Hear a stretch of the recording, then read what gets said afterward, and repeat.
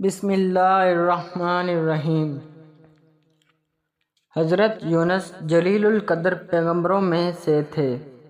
اللہ تعالیٰ نے انہیں نینوے موجود عراق کے لوگوں کی رہنمائی کے لیے بھیجا تھا۔ نینوے میں موجود آپ کے کئی سال تک لوگوں کو دین کی تبلیغ کرتے رہے، مگر وہ قوم ایمان نہ لائی۔ آپ ان سے ناراض ہو کر ترکش میں موجود تیونس کی طرف چل پڑے اور جاتے ہوئے قوم کو اللہ کے عذاب آنے سے ڈرا گئے۔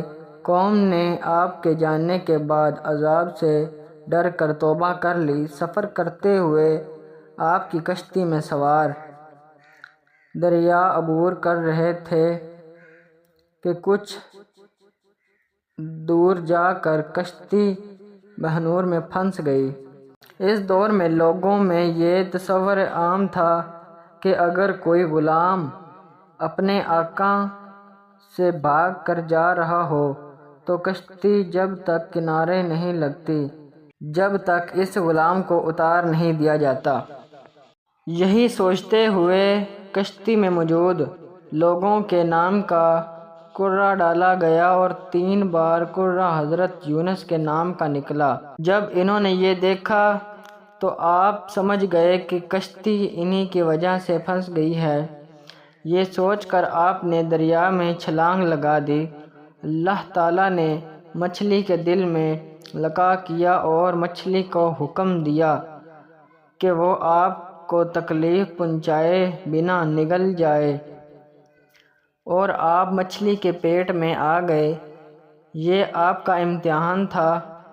اللہ تعالیٰ ارشاد فرماتا ہے، ترجمہ: اور مچھلی والوں کو بھی ہم نے نواز دیا کرو جب کہ وہ بگڑ کر چلا گیا تھا اور سمجھا تھا کہ ہم اس پر گرفت نہ کریں گے۔ دوسری طرف حضرت یونس یہ سمجھ رہے تھے کہ وہ مر چکے ہیں، مگر جب انہوں نے ٹانگیں سیدھی کی تو خود کو زندہ پایا۔ تب انہوں نے اپنی غلطی کا احساس ہوا کہ وہ وحی کا انتظار کرتے اور اللہ سے اجازت لے کر نینوے سے نکلتے۔ وہ شرمندہ ہوئے اور اللہ کے حضور معافی کے طلبگار ہوئے۔ انہوں نے مچھلی کے پیٹ میں ان الفاظ سے معافی مانگی، ترجمہ: آخر کو اس نے تاریکیوں میں پکارا، نہیں ہے کوئی خدا مگر تو، پاک ہے تیری ذات، بے شک میں نے قصور کیا۔ جب اللہ نے حضرت یونس کی پرسوز آواز سنی تو ان کی دعا کو قبول کیا اور مچھلی کو حکم دیا کہ ہماری جو امانت تیرے پاس ہے اس کو اگل دے۔ مچھلی نے دریا کنارے آپ کو 40 دن بعد اگل دیا۔ جہاں آپ کو مچھلی نے اگلا تھا وہ جگہ بہت ویران تھی، نہ کوئی درخت نہ کوئی سبزہ، اور آپ بہت کمزور محسوس کر رہے تھے۔ خود کو حضرت ابن عباس سے روایت ہے کہ آپ نمولدہ بچے کی طرح کمزور تھے۔ آپ کا جسم بہت نرم ہو گیا تھا اور آپ کے جسم پر کوئی بال بھی نہیں بچا تھا۔ اللہ پاک نے آپ پر اپنی رحمت سے ایک کدو کی بیل اگ دی جس کے پتے آپ پر سایہ رکھتے، اور ایک جنگلی بکری آپ کو اللہ کے حکم سے صبح و شام دودھ پلا جاتی تھی۔